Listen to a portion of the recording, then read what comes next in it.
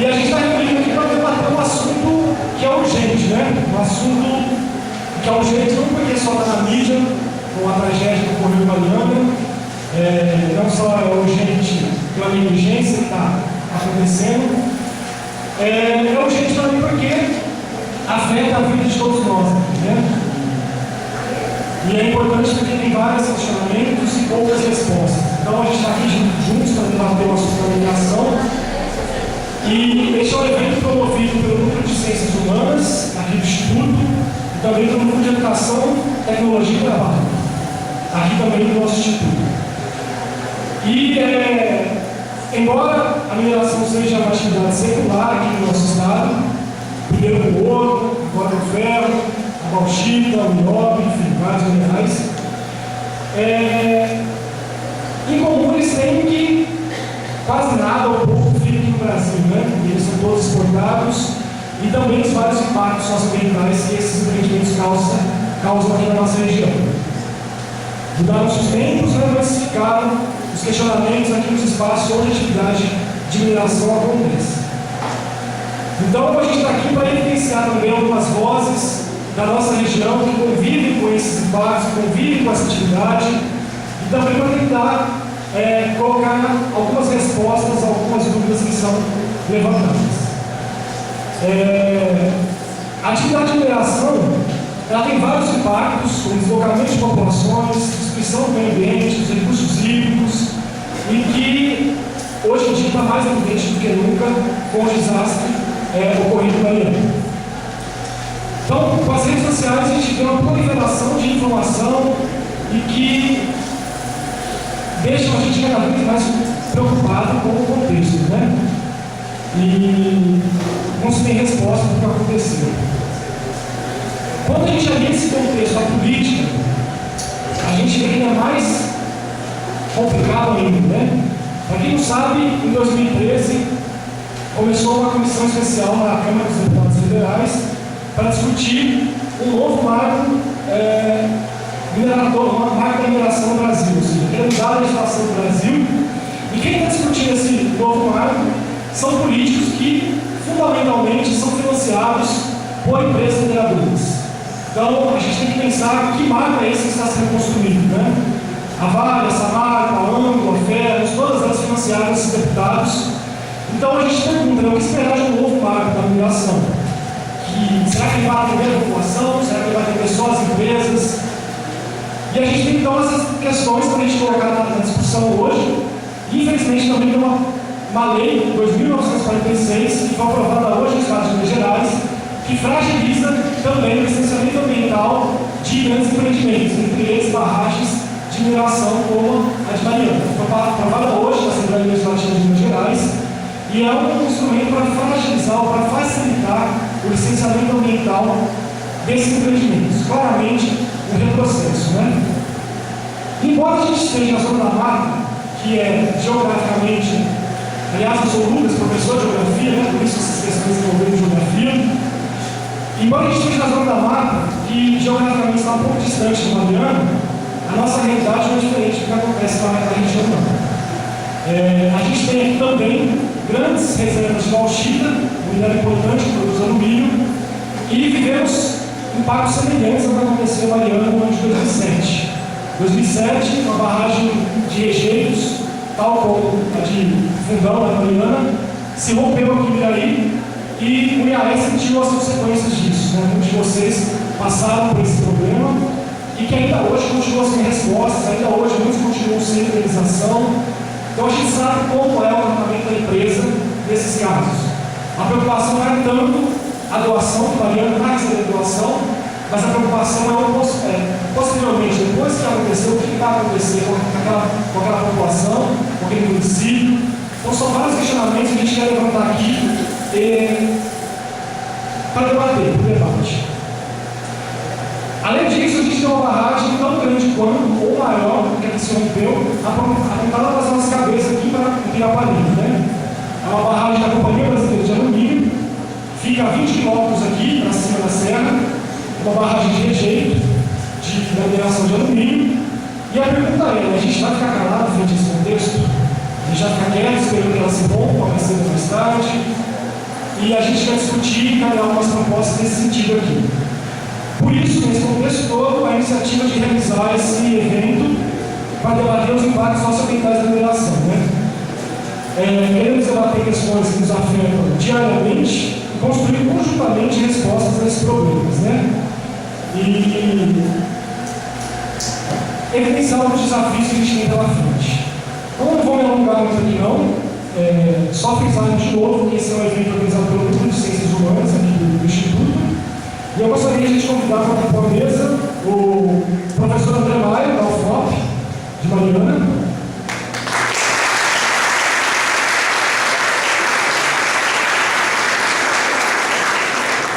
Meu companheiro de longa data aí do Movimentos Atingidos por Mineração, Luiz Paulo, da Viçosa, por favor.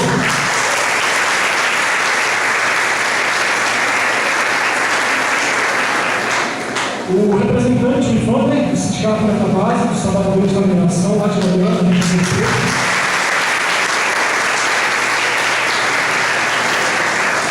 E também o seu companheiro nosso, o Rinaldo Babeirinha, aqui da Comissão Pastoral da Terra de Goiânia.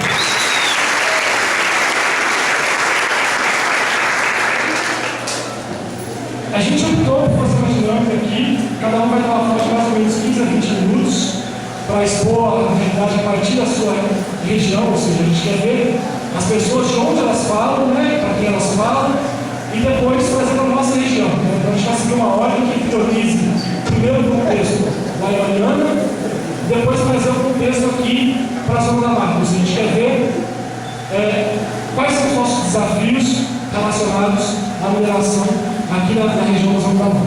Tudo bem? Professor? Boa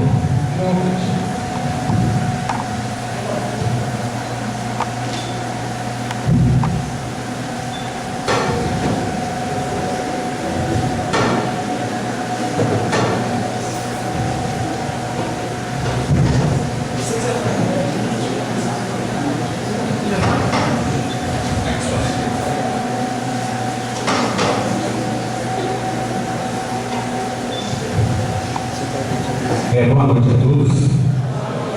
Muito obrigado pela presença de todos vocês que se trocaram aí para estar aqui conosco nesse debate hoje. Meu nome é André Maia, atualmente sou professor no curso de Serviço Social da UFOP, da Federal de Ouro Preto, e nós temos um trabalho colado em conjunto com os companheiros do Sindicato Metabase Inconfidentes, que é o sindicato que trabalha na luta dos trabalhadores na mineração. O companheiro Ivan já vai estar comentando um pouco sobre toda a luta da região lá dos trabalhadores. Eu trabalhei aqui em Murieta por 3 anos, conheço a cidade e por aqui fiz muitos amigos e também muitas desavenças, porque em determinado momento a gente sente a necessidade de estar fazendo alguns confrontos para defender a luta dos trabalhadores, no caso, dos trabalhadores professores. Nós, lá na Universidade Federal de Ouro Preto, nós temos participado de uma série de eventos como esse, e também grupos de trabalho, e a gente tem procurado levar o debate a partir da perspectiva que se tem do que aconteceu na região de Mariana, no distrito de Bento Rodrigues, que tem a ver com o acontecimento de lá com o conjunto das relações sociais no mundo. Então, para nós é determinante localizar o que aconteceu em Bento Rodrigues. Eu queria chamar a atenção de vocês como expressão da crise estrutural de um modelo de sociedade. Na verdade, o que aconteceu lá é a expressão da crise estrutural do capitalismo. A gente pode perceber expressões dessa crise no cotidiano. O trabalho que você realiza 10, 12 horas por dia, a sua condição de trabalho, a sua condição salarial e o que lhe sobra de você ao final dessas jornadas, de cada semana, de cada mês, de cada ano. Essa é uma expressão da crise cotidiana. Outras expressões, como nós vimos lá, estamos acompanhando o drama dos refugiados no norte da África tentando entrar na Europa. É importante localizar isso porque nós vivemos num planeta que pela primeira vez na história, ele é dominado por um sistema de controle do metabolismo da sociedade, como nunca antes na história. Não tem como eu aprofundar muito o que exatamente é isso, mas não é complicado para nós entendermos. Qualquer movimento que você faça aqui em Muriaé vai ser o mesmo movimento que você vai fazer na França, que você vai fazer na Alemanha, na Rússia, nos Estados Unidos, na Bolívia. Que movimento é esse? Vai mudar a arquitetura, vai mudar a culinária, vai mudar o vestuário, mas uma coisa não vai mudar. Você está com fome? Em qualquer lugar do mundo, existe um único movimento que você vai ter que fazer: meter a mão no bolso, tirar dinheiro para comprar comida. Se você está com frio em algum lugar do planeta, existe um único movimento que você vai ter que fazer: vai ter que meter a mão no bolso e comprar aquela roupa CVC. Esse mecanismo de compra, que você tem que passar pelo mercado para atender as suas necessidades básicas, é um mecanismo mundial. Esse é um mecanismo determinante na história da humanidade hoje, nesse tempo histórico dominado pelo capitalismo. As marcas desse capitalismo para a humanidade são desastrosas. Isso que nós vivemos agora lá na região de Mariana é exatamente uma expressão dessas relações sociais mercantilizadas ao extremo. Isso foi para nós um modelo de sociedade que, em relações sociais mercantilizadas, é um processo de disputa de mercado imenso. Para quem ainda acredita que tem livre concorrência, isso é mentira. Existe um conjunto de empresas com ramificações pelo mundo inteiro e a Vale é uma dessas empresas. A Vale é uma das maiores acionistas da Samarco, responsável pelaquela região onde houve um desastre. E atenção, é um desastre, porque não foi acidente, é um desastre anunciado. Na conversa que nós temos aí com os companheiros do Sindicato Metabásico dos Trabalhadores da Mineração, eles fazem inúmeras investidas nas mineradoras para garantir a segurança dos trabalhadores, para garantir a segurança de saúde e a segurança da comunidade do entorno da mineração. Acontece que a Vale, como qualquer outra empresa no mundo, nessa disputa predatória pelo mercado, ela tem uma tendência incontrolável. Presta atenção que isso é importante do ponto de vista da crise desse modelo de sociedade. Uma tendência incontrolável, irreformável. Ela vai arrebentar a sua concorrência, ou do ponto de vista de aniquilá-la, ou do ponto de vista da sua fusão. Trazer para dentro. As empresas fazem isso em todas as áreas, mas isso é um dos mecanismos, porque o mais perverso se localiza no aumento da extração daquele valor importante que o trabalhador produz em todas as áreas e que não fica com ele, fica com os acionistas. Lá em Mariana, a gente chegou um ponto do debate que queria ver algumas acionistas da Vale. Já chegou a ver algum minério de ferro em perto? Jamais. Essa é uma tendência então mundial, esse processo predatório. Isso numa sociedade coloca a sociedade inteira num processo de crise muito grande, porque ao expandir o processo de disputa de mercado no mundo, você avança para cima dos trabalhadores, avança para cima de todo o conjunto de cidades, regiões, estados, países inteiros, para poder disputar e ganhar nesse mercado. Não faz a menor diferença para a contabilidade da Vale, no seu cotidiano, o bem-estar ou não dos trabalhadores. Não faz a menor diferença para a contabilidade da Vale, o bem-estar das comunidades do entorno da mineração. Eles fazem alguns programinhas, um programinha cultural aqui, um programinha ambiental ali, só que só pegam os impostos que tem que pagar para as prefeituras, tem que ir para a justiça para pegar esses impostos. São milhões de reais. O débito da Vale do Rio Doce com o governo federal é imenso, mais de 40 milhões de reais. E aí você tem, além disso, um processo de alucinado de extração do minério para exportar no mercado o minério com o preço melhor possível. Como é que eu faço isso? Eu coloco menos trabalhadores trabalhando intensamente. Eu tenho que pagar menos gente que produz muito mais. Expulsa do mundo do trabalho um conjunto gigantesco. Ou vai terceirizando a empresa, vai aplicando, porque aí você tem uma relação de trabalho muito miserável. Os terceirizados da segurança, da limpeza, da alimentação, não tem um sindicato para trabalhar na luta pelos seus direitos, pelas suas condições gerais de trabalho e de salário. Essa perspectiva, esse olhar, o que aconteceu lá na barragem, ela é uma expressão da crise de um modelo predatório para a nossa humanidade. Isso é fundamental. Que aí eu descolo o olhar e vejo aquilo como expressão de uma coisa muito mais grave que tem empurrado a humanidade para um abismo. Qual é a preocupação que a Vale e a Samar tinham com a questão da segurança dos moradores?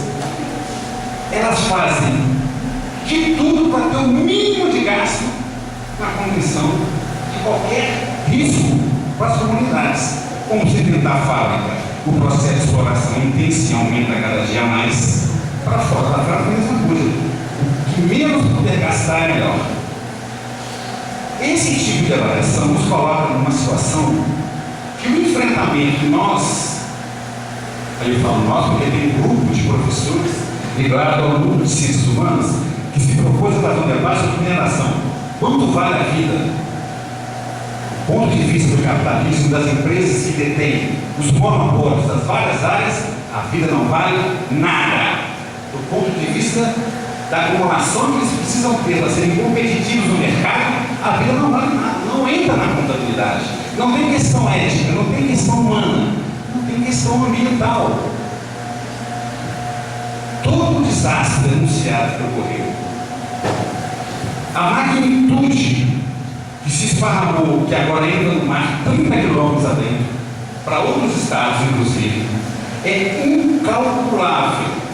Nós tivemos acesso a um debate que um biólogo fez da questão ambiental. É 100 anos no mínimo para você ter uma condição de recuperação. Como é que eu recupero a lei da questão ambiental? 100 anos. Quem que vai fazer investimento nessa recuperação? O Estado. Aí eu preciso quebrar uma outra referência importante, as ilusões contra o Estado. Quem é que elege aqueles parlamentares que estão lá no Estado? Vários deles são as empresas privadas, entre elas as mineradoras, já foi colocado aqui pelo professor na abertura dos trabalhos. Não tem que ter ilusão do que vai acontecer do ponto de vista do marco regulatório que está sendo debatido. O relator do marco regulatório é um candidato, um cidadão que recebeu uma quantia volumosa das mineradoras para a sua campanha. E é assim também com os prefeitos da região lá. Todos eles. O mais grave, eu estou dentro do Instituto Federal de Educação. De onde que vocês imaginam que estão indo os maiores investimentos da Universidade Federal de Ouro Preto? Quem é que financia os grandes investimentos lá? Alguns a gente consegue mapear, os outros vão indo por caminhos que vão começando a arranhar o caráter público da universidade. Existe uma tendência, e vai chegar aqui no IF, esse debate já passou por aqui, imagino, de privatização das universidades federais públicas e dos institutos federais também. Uma criação que se chama de parceria público-privada, e aí não tem como errar na análise. Quem financia dá o autônomo que quer financiar. Quem financia dá o autônomo que quer pesquisa. O que a Vale faz com a UFOP? Ela paga um conjunto de professores por fora, um grupo de bolsistas, tem todo um parque de pesquisa à disposição, implanta o Instituto de Pesquisa dentro da UFOP. Esse é o caminho que vai ser trilhado pelas universidades. Como estou vindo aqui em uma universidade, eu não poderia deixar de dizer isso. A luta pelo caráter público das universidades é fundamental. E atenção, está no mesmo caminho, na mesma unidade da luta contra a privatização de tudo. Porque a crise que nós vivemos é porque você tem uma tendência incontrolável de mercantilizar todos os aspectos da vida. E aí não é uma questão difícil. Se você olhar para o seu companheiro, para você, para nós aqui na mesa, você vai me dizer o que não é uma mercadoria. A gente naturaliza essa situação. Acontece que quem produz essas mercadorias são os trabalhadores, todas elas, igual o Minério. Igual o ensino que a gente tem que tomar um cuidado para não ser privatizado. Ensino privatizado, escola privatizada, igualzinho fábrica de salsicha. Arranca o couro do trabalhador, o professor, para poder ter um valor a mais, para poder acumular e disputar. E vocês conhecem aqui na região a disputa dos ensinos, das escolas de ensino primário. Como é que isso é predatório, do mesmo jeito da mineração. Então, quando acontece um evento desse, dramático, lá na região, o tempo inteiro a gente associa com o movimento do capital que a gente chama. Essa referência eu não posso perder, porque a luta é muito maior do que a luta para recompor um ambiente que está sendo devastado. É uma luta muito maior do que simplesmente eu prestar uma assessoria, recompor as casas. A questão do trabalho dos trabalhadores é maior do que essa. A nossa luta tem que passar por aí. Eu preciso recompor uma série de questões, mas eu não posso ter mais ilusões com esse modelo de sociedade. Ele faliu do ponto de vista de emancipar a humanidade. Está falido. Então quero realmente, com toda a determinação, dar a minha saudação aos companheiros que prepararam todo esse debate. Eu acho que vocês têm uma condição de somar esforços para essa questão imediata, para poder fazer um trabalho sério com o que acontece aqui na região de vocês, mas aí eu preciso avançar. Eu preciso começar a colocar no centro do debate que modelo de sociedade que é esse, que modelo de sociedade que coloca a humanidade, a gente, sempre contra a parede, em condição definitivamente de um regresso civilizatório. Esse é um desafio mundial de todos os trabalhadores. Vocês estão de parabéns aqui, mulher. Obrigado.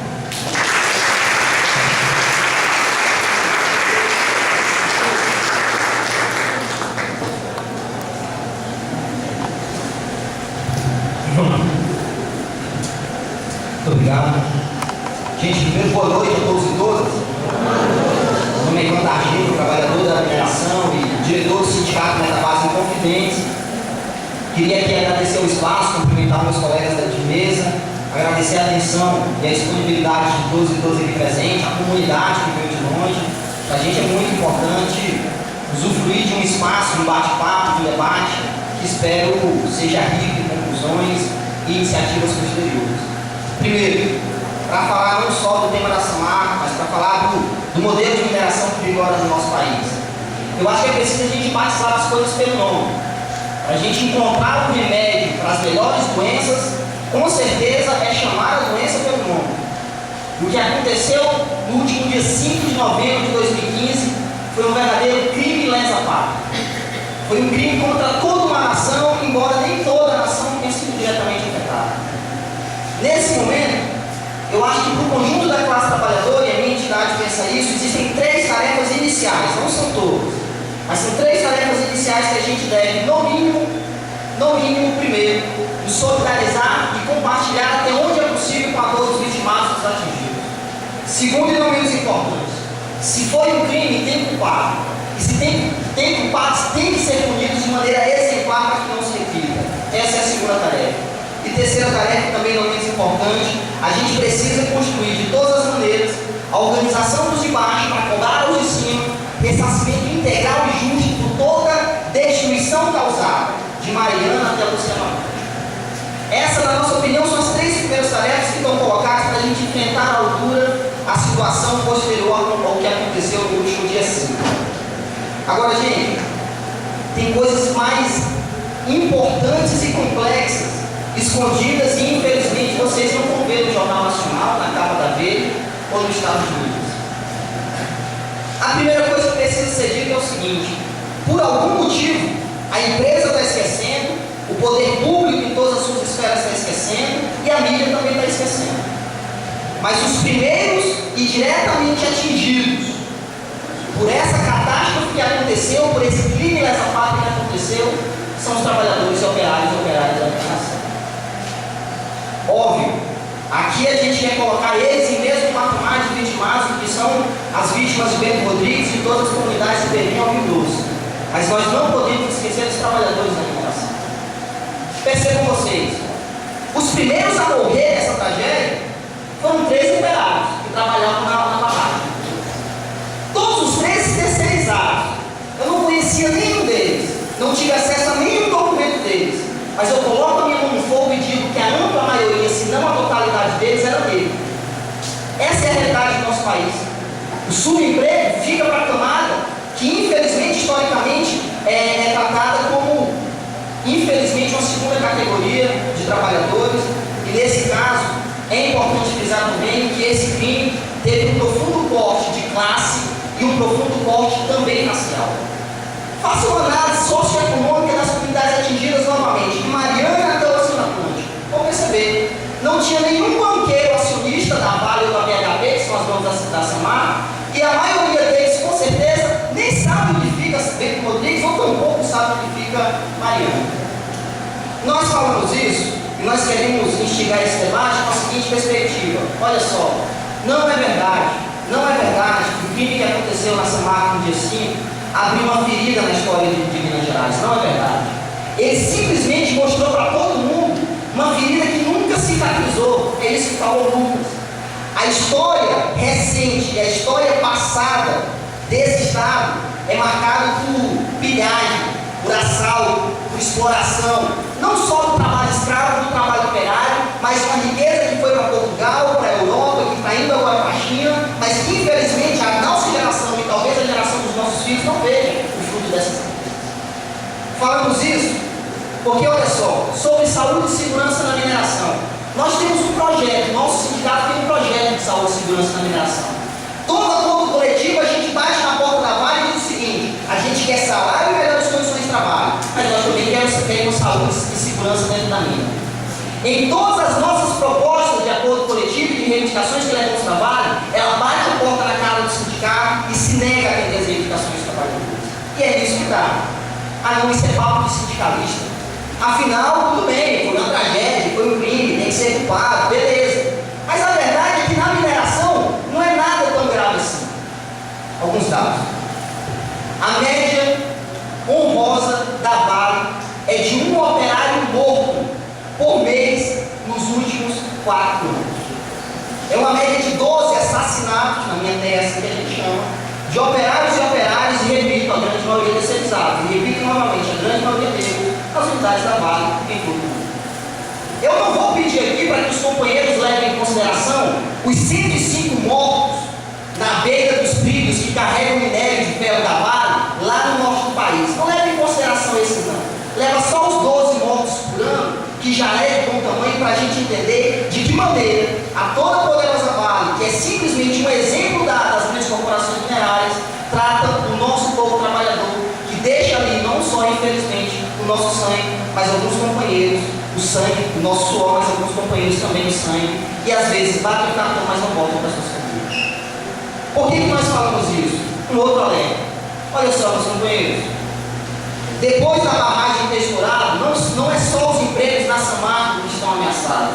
Segundo o presidente da Samarco hoje, eles têm condição de garantir estabilidade de emprego apenas para 3.000 trabalhadores da Samarco até janeiro. Negativo. Eles são responsáveis por coisas maiores. Eles precisam pagar e garantir o sustento de mais famílias. Com o estouro da barragem de Mariana, da barragem de Fundão, comprometeu a produção de minério de ferro na mina de Timopeba, na mina de Alegria, na mina de Fábrica Nova, e não se preocupe. Juntou isso ao cenário de crise econômica, a primeira coisa que eles vão propor os pais e mães de famílias que batem cartão naquela empresa e que produzem a riqueza para os acionistas da Vale é o seguinte: infelizmente vocês não são mais úteis para a gente. Está colocado naquela região um cenário não só de devastação ambiental e social, como a gente já está vivendo e que vai durar por muitos anos, mas de colapso econômico também, onde as famílias operárias vão ser convidadas pela Vale a pagar pela irresponsabilidade deles por uma crise econômica que, convenhamos, não acho que ninguém aqui nessa sala, ou ninguém que bate cartão naquelas minas, é responsável por se criar. Nesse sentido, das várias batalhas que a gente está inserido, de apoio aos vitimados, de sustentação jurídica, de no limite das nossas possibilidades, estar do lado de todos aqueles que hoje perderam, alguns deles, seus familiares. Tem uma batalha que o nosso sindicato está se esforçando, que é lutar pela garantia de emprego, pela estabilidade, não só dos trabalhadores da Samar, mas de todos os quase 20 mil operários e operárias, diretos e terceirizados no Complexo Mariano. E essa é uma luta que não deve ser encarada apenas pela família dos trabalhadores, mas é também uma luta de todos os demais setores da sociedade, da comunidade de Mariana e da região, porque, repetindo, se isso acontecer, eles simplesmente aprofundam uma tragédia que eles já começaram de maneira subhumana, desumana, absurda, e que eu não tenho mais adjetivos para tentar caracterizar isso daí.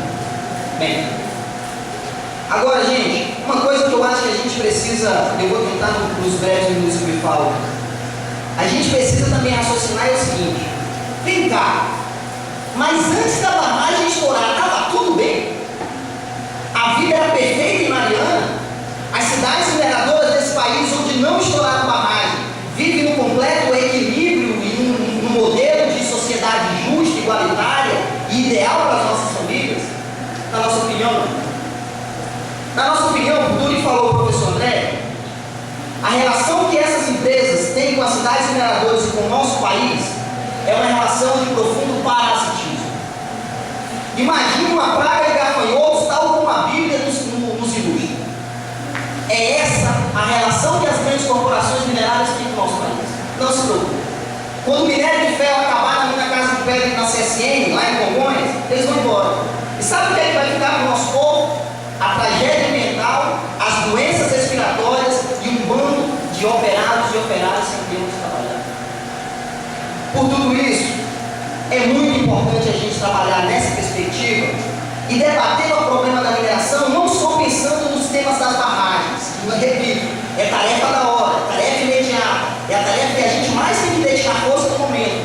Mas não é só essa tarefa que a gente deve consumir nossas energias e os nossos esforços, mas é para superar o modelo de mineração que, infelizmente, repetimos no nosso país se dá de forma parasitária.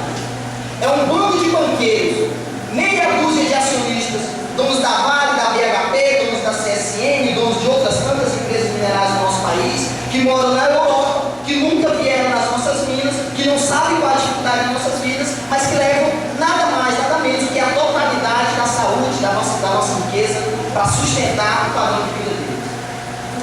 Tem gente que diz: trabalhador da mineração ganha muito. Você sabe quanto tempo leva para nós, por exemplo, na mina Casa de Pedra, na CSN, ou na Vale, produzir riqueza suficiente para pagar o nosso salário de benefício econômico? 4 horas.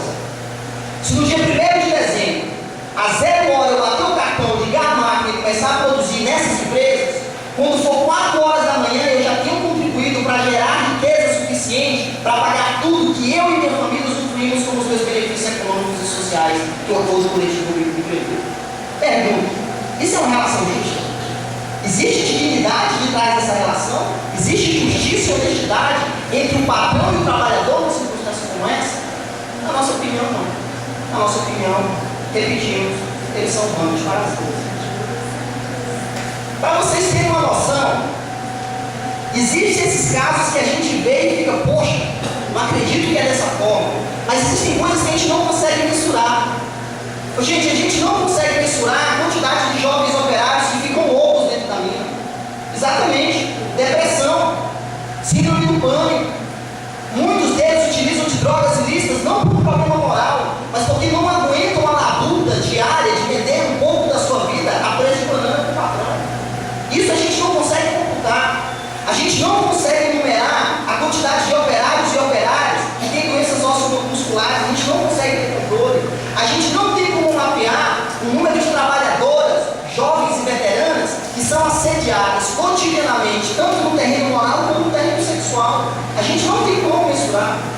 Por tudo isso, repetimos, para além de solidariedade total, de luta e punição aos culpados, de ressarcimento exemplar aos danos e ao crime causado, nós achamos que está colocado na pauta do dia para o conjunto da sociedade brasileira repensar o modelo de mineração no nosso país.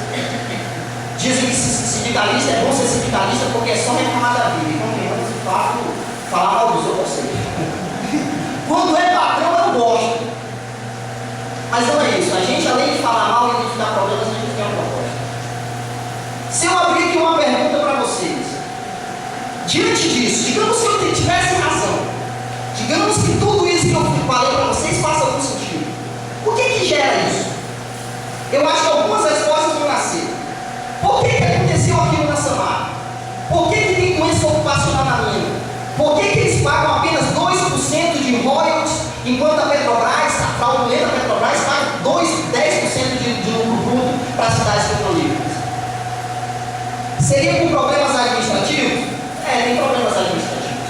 Tem problemas administrativos. Seria por incompetência do poder público em não fiscalizar? De fato, existe incompetência do poder público em fiscalizar. Seria por corrupção? Existe muita corrupção, desde a privatização da Vale e hoje dela, mas no mundo minerário, corrupção é o que mais há. Só para vocês terem uma ideia, a Vale valia 10 bilhões de reais. Eles venderam a Vale para um bando de banqueiros por 3,3 bilhões de reais. E adivinha, a maior parte desse dinheiro foi a gente que emprestou. Para vocês terem dimensão do quão a corrupção toma conta do mundo minerário. Agora, a nossa opinião é o seguinte, que todos esses problemas não é a origem desse parasitismo. Não é essa a origem do parasitismo. O problema é político. Eu sei que muitos jovens e trabalhadores não gostam de falar de política, mas desculpa. Então se esconda numa ilha e vá comer pouco o resto da vida, porque a nossa vida é política. Nesse sentido, se o problema é político, a solução também é política. Eu tenho aqui, não tem como ler, mas uma pequena planilha com o nome dos partidos e dos deputados federal e estadual que receberam dinheiro das grandes mineradoras e o quanto de montante cada um de dinheiro recebeu nas últimas eleições. E adivinha? É eles que estão elaborando agora o novo marco regulatório da mineração, é eles que inclusive votaram hoje pela manhã, sem vocês saberem, o chamado PL 2946, o AI-5 ambiental do Pimentel e do PT, com a ajuda do PSDB, com a ajuda do PMDB.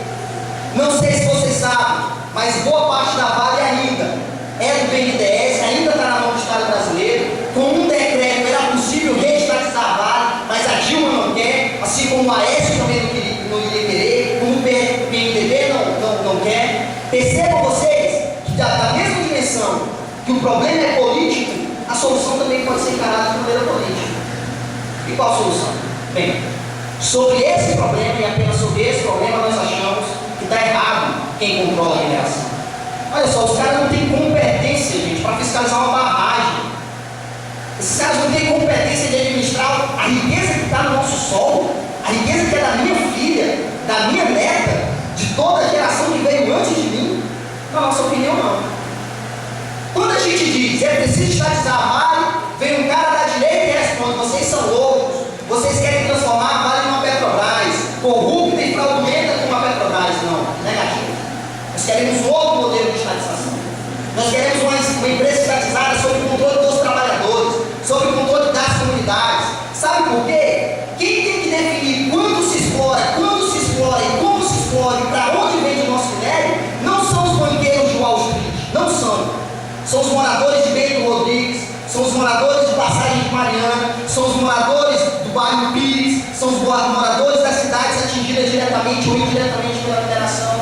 E na nossa opinião é essa a tarefa e é essa a principal reivindicação que o conjunto da classe trabalhadora tem que ter nesse país. Bem, aí um cara da direita vai e diz, não, você está louco, não tem ferramenta jurídica para promover isso, não existe uma instituição que garanta isso. Na boa, meu amigo, a nossa vida, o nosso minério, a nossa soberania, o nosso futuro vale muito mais que um punhado de letra que infelizmente vocês só usam contra a classe trabalhadora, vocês só usam contra a população atingida.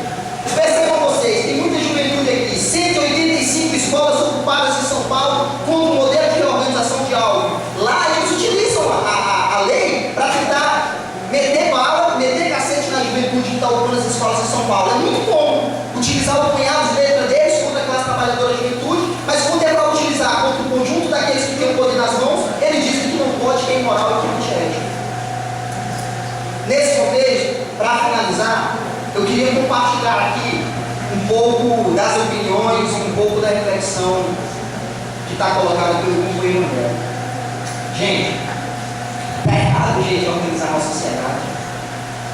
Não sei se vocês perceberam, ó, mas sinceramente, o que aconteceu em Bento Rodrigues, do ponto de vista de um banqueiro, de um grande capitalista internacional, não foi ruim.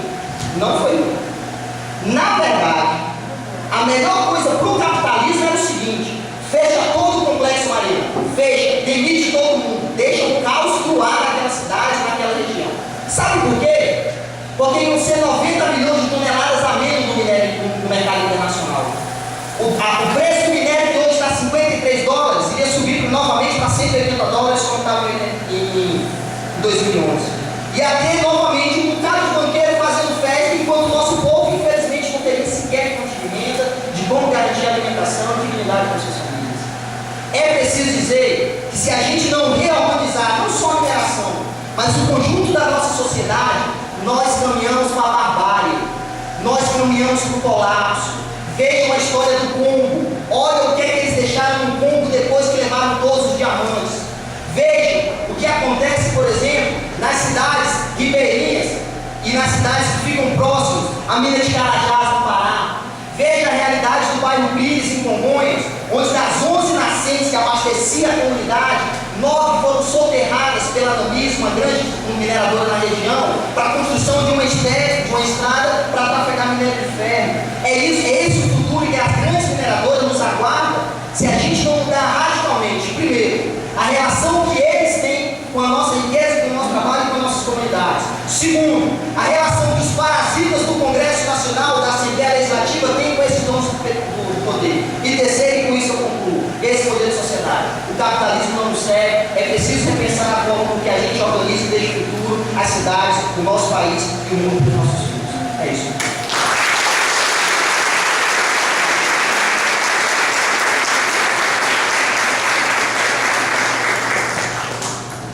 Pessoal, eu já sei que tem gente querendo fazer perguntas ali, a gente vai ter um espaço para as questões, um espaço grande após a apresentação de todos da mesa aí. Então quem tem pergunta, segura aí um pouquinho, a gente vai ter um espaço para isso. E eu vou pedir para o Luiz ir para cá, porque acho que o microfone não chega mais. Podia trocar com vocês aqui.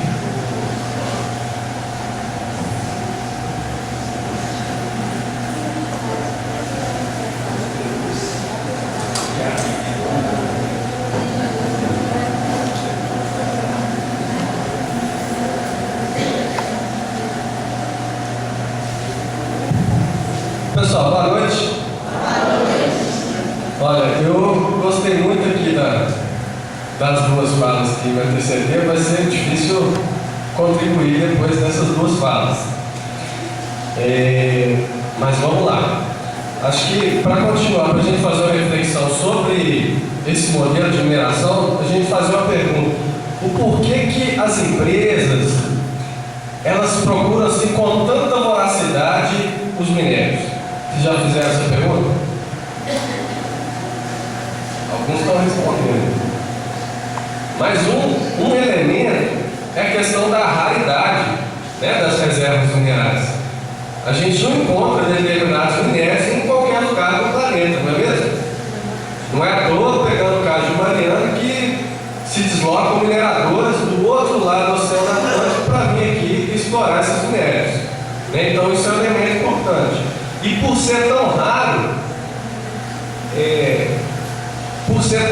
a exploração dela gera tanta riqueza. Então é por isso que as mineradoras, né, como o pessoal colocou, obtêm lucros extraordinários a partir da exploração mineral. Eu não sei se você sabe, mas vou fazer uma pergunta: você sabe qual é o país que mais minera minério de ferro?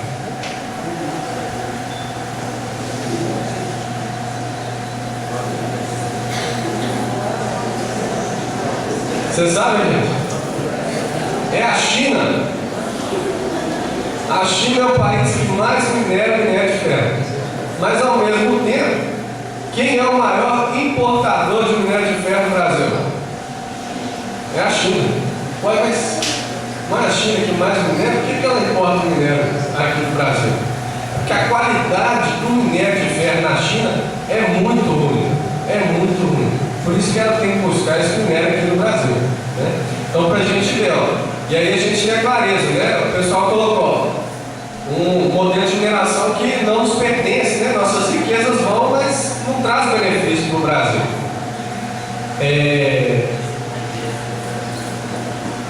Então, para a gente ter essa clareza, né? Pela raridade desses minérios, né? A gente tomar um posicionamento, né? Esses minérios que tem aqui no Brasil não existem em qualquer lugar do planeta, isso tem que ficar muito claro. E aí, para isso, a gente tem que fazer um planejamento. Mas tem esse minério para explorar de qual forma? Ou se vai explorar, se não vai. Esse planejamento tem que ser feito pelo conjunto da sociedade. E não, como, né, os colegas colocaram, as regras, os ritmos, né, são ditados por forças externas e não pelo Brasil. Então, isso é um elemento para a gente pensar. Outra é a questão de como a mineração avançou no Brasil nos últimos anos. Para se ter uma ideia, de 2003 para 2013, a mineração cresceu no Brasil mais de 600%. A gente chegou aí de 2013 para cá, começou a queda do minério de ferro, algumas empresas diminuíram a produção. Mas no ano de 2013 a gente viu um boom mineral. Nunca se minerou tanto no Brasil como se minerou nesse período. E essa riqueza ficou aqui no Brasil? Ficou, gente? Não ficou, né? Então a gente tem a clareza disso. E aí, ó, a mineração que tinha uma participação de mais ou menos 1% no PIB em 2003, chegou em 2013 com uma participação de 4% no PIB nacional. Né? 4% é uma participação significativa. É por isso que, ao mesmo tempo, as mineradoras fizeram o quê? Começaram a investir para todo lado nos financiamentos de campanha. Tanto é que hoje em dia já se fala no Congresso Nacional de ter uma bancada da mineração. Então, deputados que estão ali liberados para fazer lobby em defesa das mineradoras. E aí o pessoal comentou a tramitação do Código da Mineração, que a gente tem que ficar atento, gente. Aí, ó, com o rompimento da barragem agora em Mariana, não sei se vocês estão sabendo, mas o Cunha, né, o Eduardo Cunha, valoroso presidente da Câmara, né, todo mundo conhece ele, e o Cunha vai entrar, vocês vão perceber, nessas semanas agora ele vai querer colocar o Código da Mineração em votação de qualquer jeito, e vai falar assim, ó, temos que salvar as populações atingidas pela mineração, e é por isso que nós vamos votar o Código da Mineração. Pode anotar aí, gente, que ele vai chegar com esse discurso. Né? Um discurso que é demagógico, né? Aproveitar dessa catástrofe para aprovar o Código da Mineração com o discurso que essa nova legislação vai resolver os problemas minerais. Pelo contrário,